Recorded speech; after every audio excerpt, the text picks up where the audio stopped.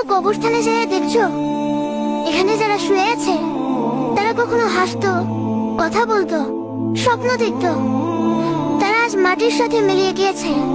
কাফনের কাপড় ছাড়া তার কোনো সঙ্গী নেই, তার কোনো আত্মীয় স্বজন নেই, তার মা, বাবা, খালা কেউ নেই, শুধু আছে আমল। হয়তো তা তাকে শান্তিতে রেখেছেন, নয়তো আযাবে রয়েছে। কখনো ভেবেছো যে তোমার কি হবে? কখনো কি আল্লাহর কাছে ক্ষমা চেয়েছো, আল্লাহর সাহায্য চেয়েছো? চাওয়া হয় নাই না, তাই তো মনে করি যে সময় রয়েছে, কিন্তু মৃত্যু সময় দেখি না।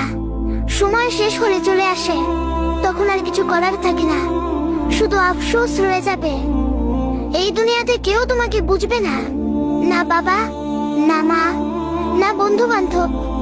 এই দুনিয়ার ধোকায় পড়ে আল্লাহকে কখনো কবরস্থানে যেয়ে দেখছো এখানে যারা শুয়ে আছে তারা কখনো হাসতো, কথা বলতো, স্বপ্ন দেখতো?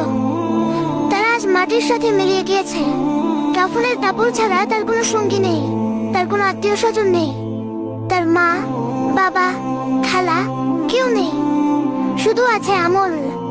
হয়তো তা তাকে শান্তিতে রেখেছেন, নয়তো আযাবে রয়েছে।